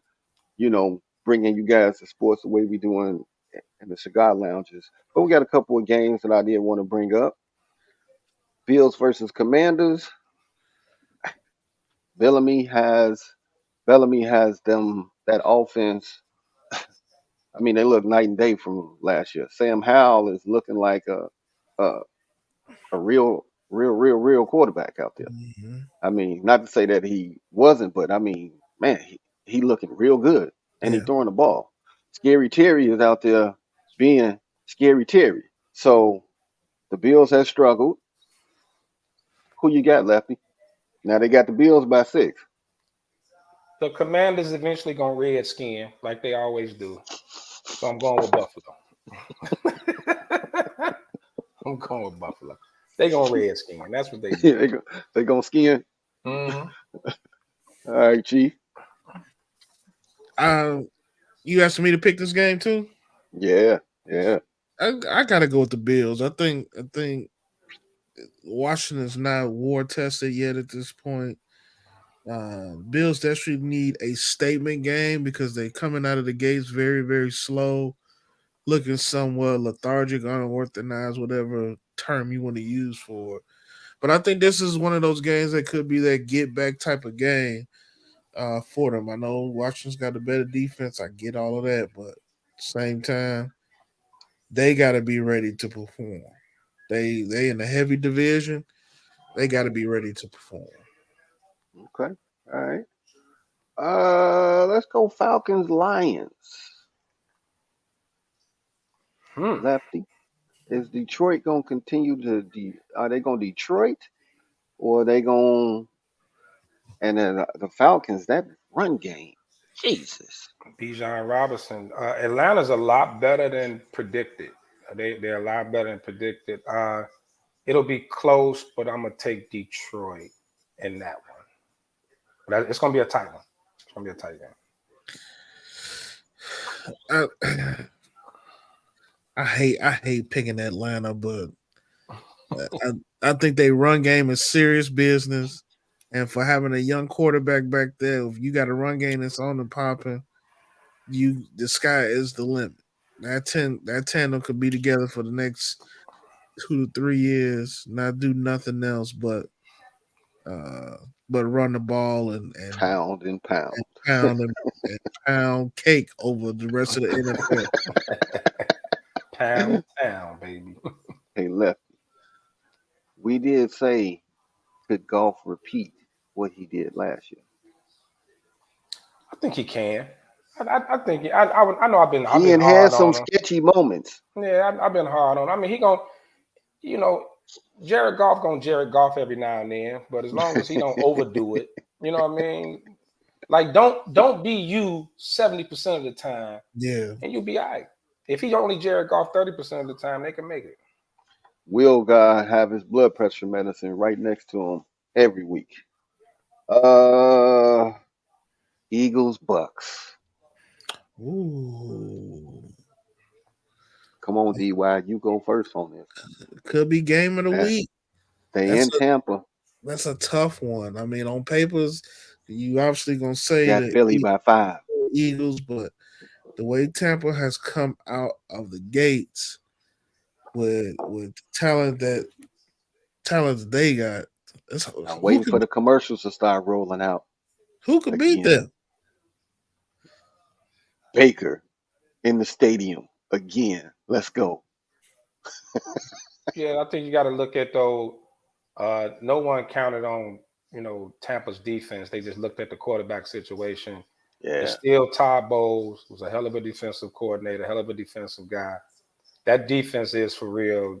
But I got to go with Philly. I think in a close one, I'll take Philly. The Philly defense for real too. But I think that's Baker comes down to earth this week. We're gonna see the commercial Baker Mayfield this week. I think we're gonna see that. He I'm ain't just gonna look waiting like for he ain't I'm gonna waiting look for like him to do a Tom Brady commercial this week. again. The Eagles defense and that Bears he played the Vikings and the They Bears night and day. defense were not really that good. This defense here is something. Yeah. And they young and hungry too. Oh my God. That Eagles defense is young because they lost so many, but they gained That front four just as many back.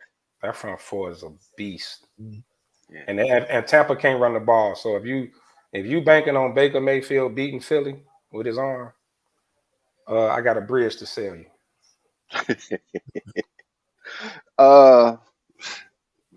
Joe. Now They haven't ruled Joe out yet, right? From my understanding, but you got the Rams and Bengals. I think he's out.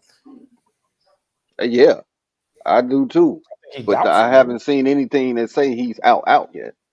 I'll copy that. If they bought him a Karen, he's probably out. The fact that they had Joe Mixon back there throwing passes, and when I say his footwork was trash. Right, the running back. He ain't trying to plant his feet. He moving. Right. Oh, Right. He threw one. It was just like Yeah. I was like, they really got him back there taking snaps, huh? So the Rams, they could go in and win this one, even though they got Cincy by 3. I like the Rams in this game. Ooh. I like the Rams. I don't think the Rams are a great team, but I don't think they're as bad as advertised. I know they kind of in this little, cup out, but still Matthew Stafford back there. And Cincy's offense has looked atrocious, man. So I gotta. But Joe ain't been himself. So He ain't gonna be himself this week. you and your left hand can go out there and throw to Chase and Higgins and Boyd and win a game. No shot. No disrespect. No, it was a shot. Don't worry about it. I'm gonna see you later on today. The night is young. You telling me I got to knuckle up as soon as I see you on site?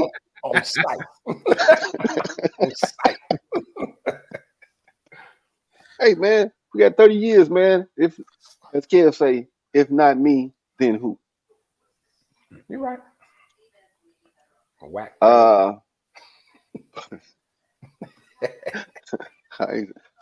Skip hairless.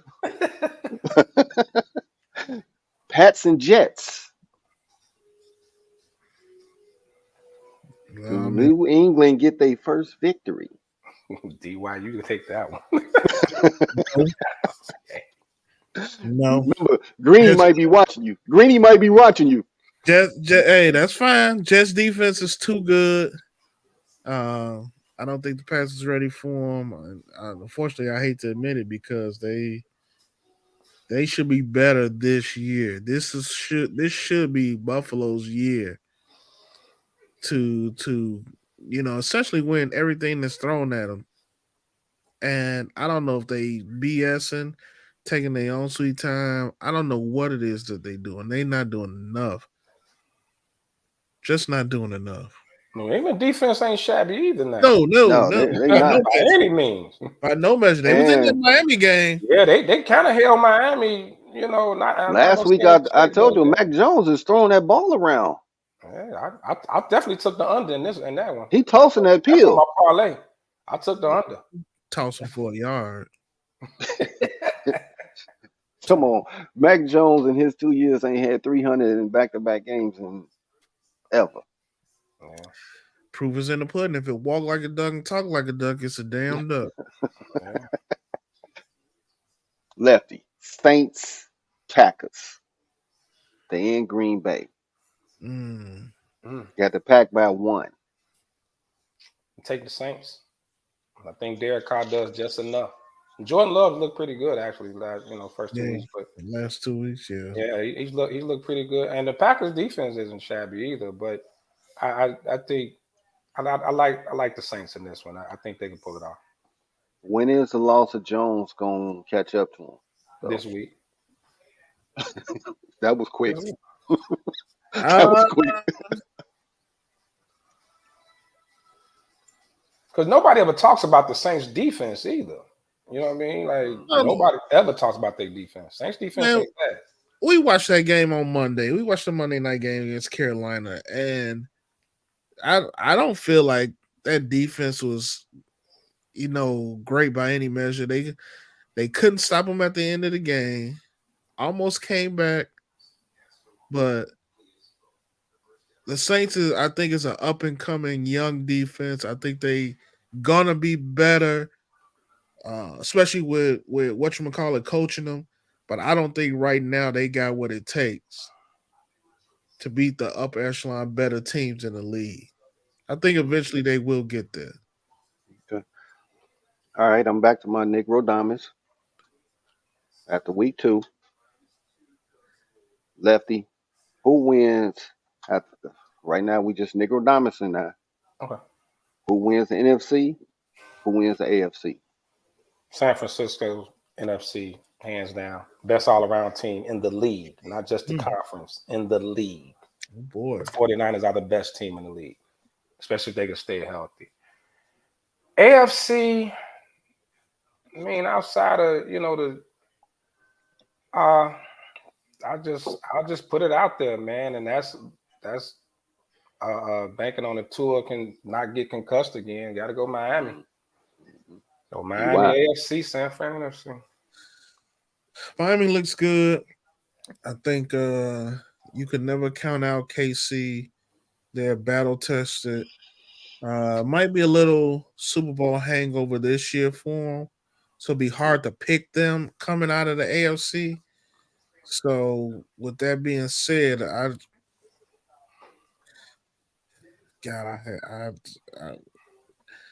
Baltimore.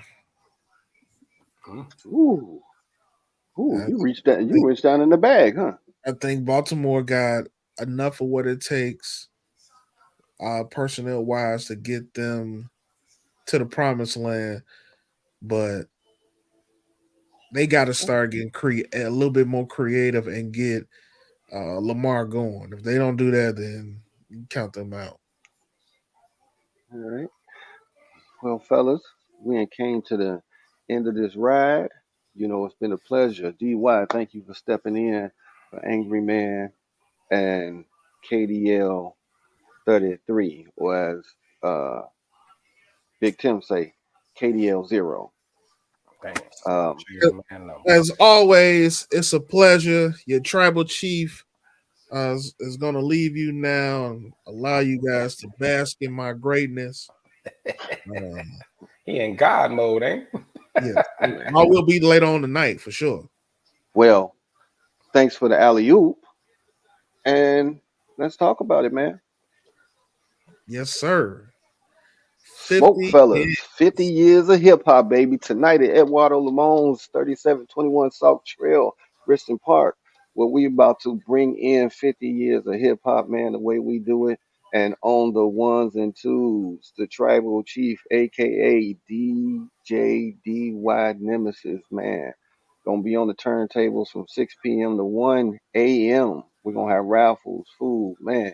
Make sure you guys come out. Lefty, DY, y'all want to jump in on this? Let's go. Well, yeah, of course, man. It's we've been talking about this for a while. We want to acknowledge hip hop, even though we're in a house music town. But it's huge. It's something we've really been looking forward to. And DY done promised me he got something for us. He gonna go in the crate so heavy on us. Oh, and it's not on the flyer, but it's gonna be trivia. So get your hip hop knowledge up. We got trivia questions. You can win. You can win prizes. So this is gonna be more than just putting on music and partying. It's Right. going to be a lot of the crowd going to really be involved tonight, man. And early arrival strongly suggested. Hey, it's gonna be a good time. Anytime you can celebrate hip hop, man. I'm a hip hop head. I ain't never claimed to be no house head. Hip hop is my love as far as music. So I'm excited. I'm super Yeah. excited. Lefty, what we Definitely. got going on tomorrow? Yeah, SmokeFellas weekend, man. SmokeFellas weekend. Join us tomorrow. Tomorrow we repping with our Bears Nation family, man. They going a lot of them in KC. So guess who's hosting? The SmokeFellas. We are hosting tomorrow at Visions, 119th and Loomis. Get there. Y'all already know what a great time the Bears Nation puts on, man. It's gonna be just as fun, and we're gonna add a little wrinkle to it. 50-50. You may win you a couple of dollars up out of there, man. It's gonna be a great time. It's gonna be a great time. So that's what we do, man. We just have fun in cigar shops, man. We show a lot of love to sports, music, the leaf. It is what we do. You know what I'm saying? So if you have never come out and kicked it with us, man, come and kick it with us, cause it's a whole vibe. And what you say, Lefty, it's a movie. It's a movie, Oh, man. it's gonna be a We was movie. talking backstage, man. We've been doing this stuff for 7 to 8 years. Uh, so man, come out and kick with us, man. We have a whole good time. It's a good environment. You know, you have a lot of fun. You meet new people. It's just what we do. Shauna came and kicked it out there with us on several occasions. So he know what this life is like. It's a whole vibe, man. Whole vibe. Uh, any other shots y'all want to put out there?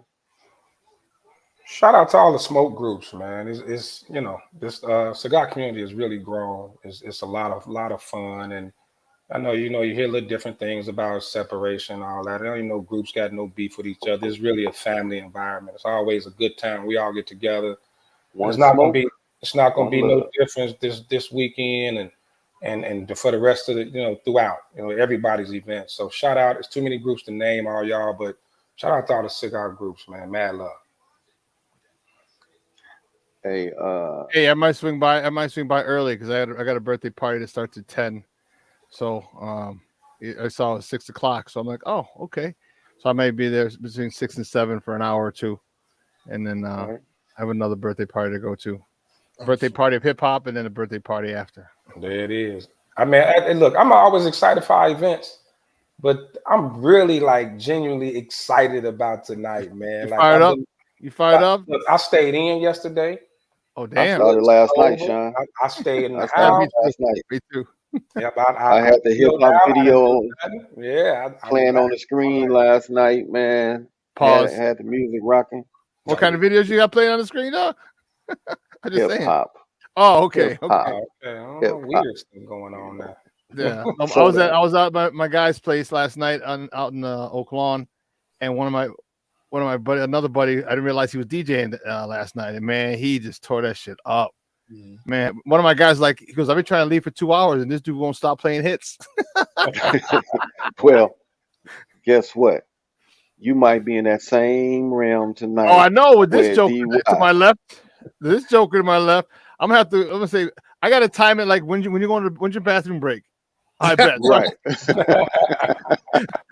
I'm bouncing with extra plan. That's your extra plan. Good job. Hey, we got to get out of here, man. As I always say, man, where there's smoke, There's the fellas. Fellas. that's right. Hey, DY, we coming for that belt, man, in the fantasy league. So polish it up for me. Later, Pause. fellas. I'll see you guys. All right. All right, man. We out, man. See you next week.